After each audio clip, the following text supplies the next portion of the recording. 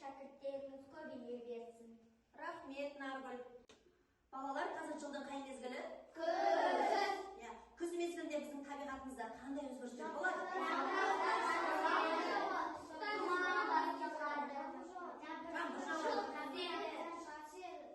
Жақсы. Ал енді біздің әлемді жарық етіп тұрған ол не? Күн. Күн, әрине күн екен.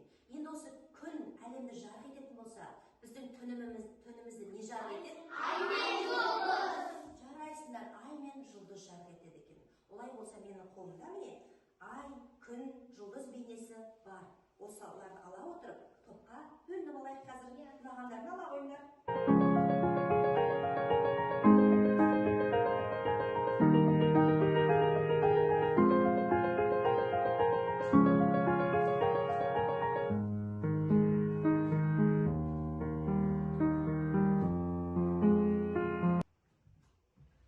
Қолымызға ай, күн, жұлдыз бейнелерін алдық, балалар? Олай болса, кімнің қолында күн бейнесі барлар күн тобына, ай бейнесі барлар ай тобына, жұлдыз бейнесін алғандар жұлдыз тобына отырайық.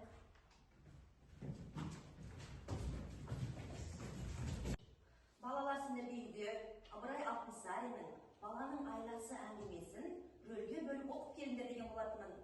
Соны қазір сахналайық. Келе қойыңдар.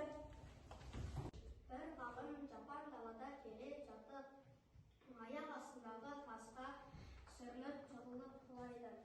Сосын бұл тас адамға зияны тиеді деп алып тастағысы келеді. Тасты көтеріп еді, үстінен сандық шықты. Сандықты ашып, үстінен жылан шыға қалма қалай ұмтылды. Мен шығамын. Мен сені қараңғы жерден, пәр жерден, тұтқындықтан жарыққа шығардым. Жақсылыққа жамандық бар ма? Бар. Олай болса біреуге жүгінелік. Төре саған тисе, сен мені шағарсың. Жылан да тоқтады ғалымның сөзіне.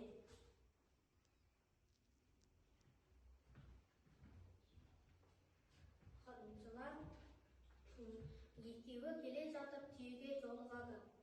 Түйеге істің мәнін айтады. Жылан түйе айтты. Жақсылыққа жамандық бар. Не үшін десеңіз, мен адамдардың қанша ауыр жүгін мүлкін тасып, өзімше қызмет етсем де, адамдар қай уақытта шамамнан тыс қары жүк артады. Жүре алмасам, адамдар ұрып соғып ренжітеді. Жылан оны естіп ғалымның ойына бір оралады.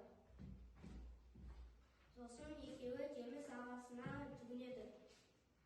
Жақсылыққа жамандық бар. Не үшін десеңіз, менің жемісіммен қанша адам күн көріп пайдаланып тұрса да, жемісімді қолымен алмай, түбімнен қатты ұрып, жемісімді жерге түсіріп алып жейді. Жылан оны естіп ойына тағы бір оралады. Сосын итке жолығады. Жақсылыққа жамандық бар. Мен күні-түні ұйықтамай, иемнің мүлкін, малын қызмет қылып едім. Ақырында мен қартайып ауыр болған соң ұрып қуып жіберді. Содан шығып еді, бір топ бала келіп сәлем берді. Ғалым сәлемін алып, істің мәнін айтып берді. Аяқта бегер сөйлейсіз, осы қолымдағы кішкентай қобдишаға мойнына 3 оралған айды жылан сүйіші ма еді? Содан жылан баланы нандыру үшін иіріліп қаписаның үстіне жатады.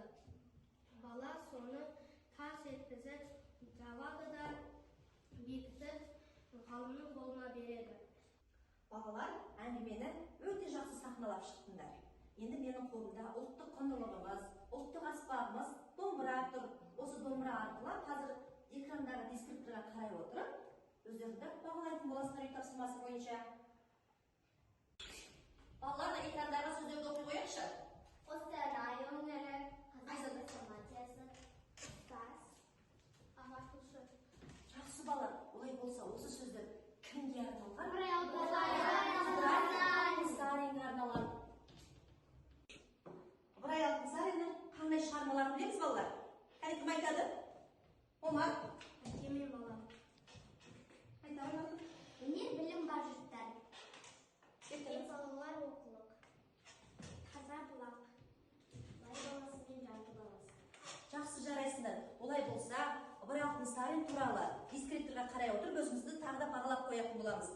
сөздерді кімге қатысты екенін таба алсаңдар, жаңағы осы сөздерден бір балды автор жайлы мәліметтерді толықтыра алдым десеңдер, тағы бір балды өзіміздің ұлттық аспабымызға қосып қоямыз.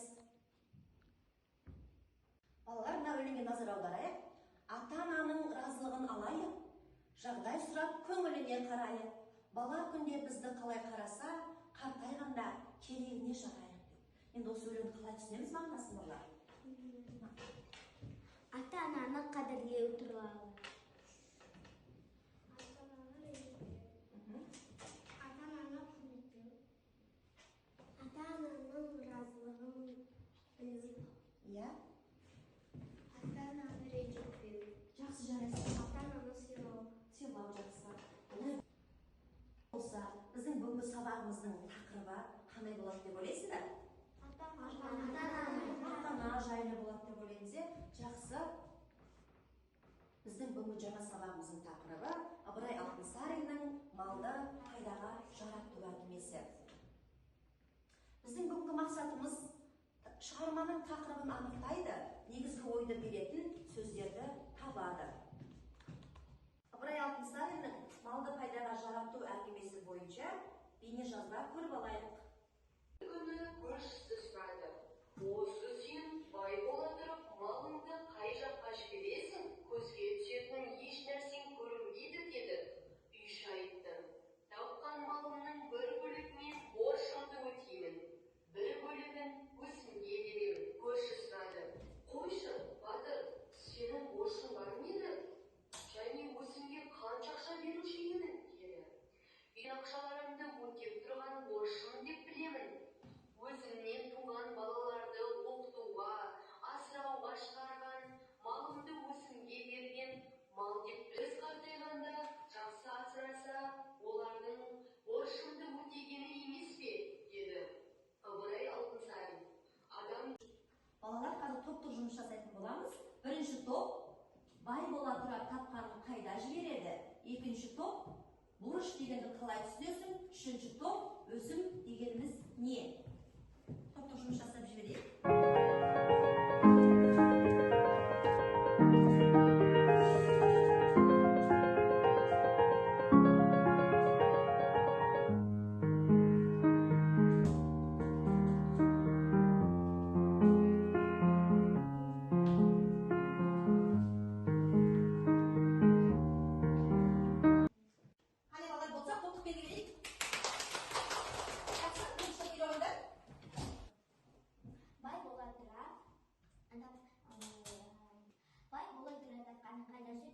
Яғни борыш дегені ата-анасының өзінің кішкентай кезінде бағып өсірген ақшаларын береді.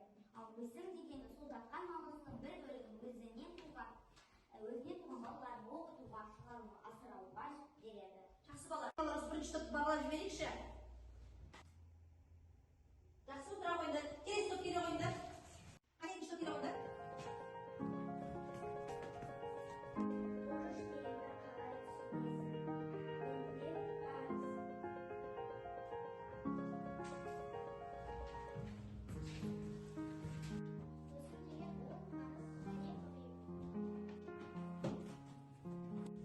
Балалар, топтық жұмыс бойынша өзіміз бағалап жіберейік.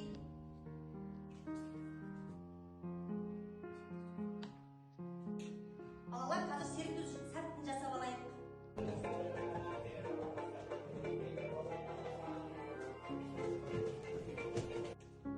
Балалар, қазір жеке жұмыс жасайтын боламыз.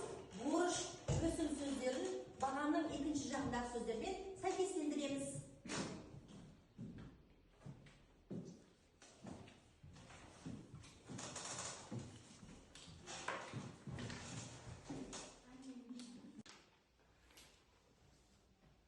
Қане балалар, жауабымызды оқып жіберейік. Ерсұлтан оқи қойшы.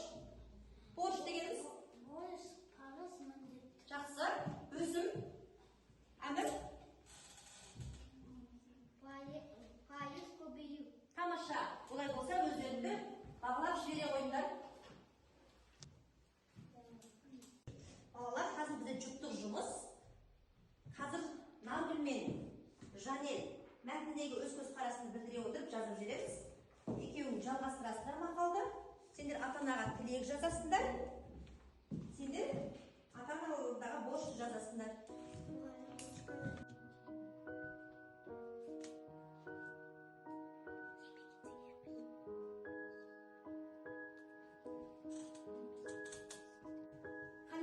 тапсырмамыз орындап болса, қазір қай жігіт келеді? Ал келе олар.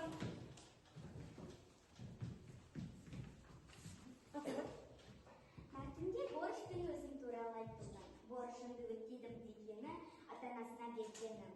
Ал өзімге беремін деп айтқаны өзінің балаларын оқытуға, асырауға шығарған малдары, балалары өсіп ер жеткенде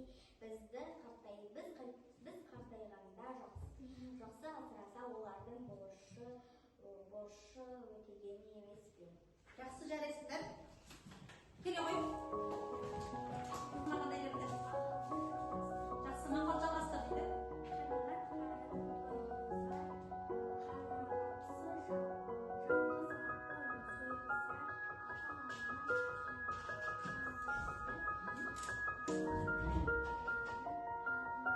Жақсы.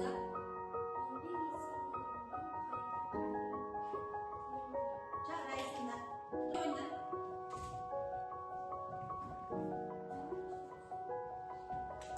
Сендерге берген тапсырма қандай?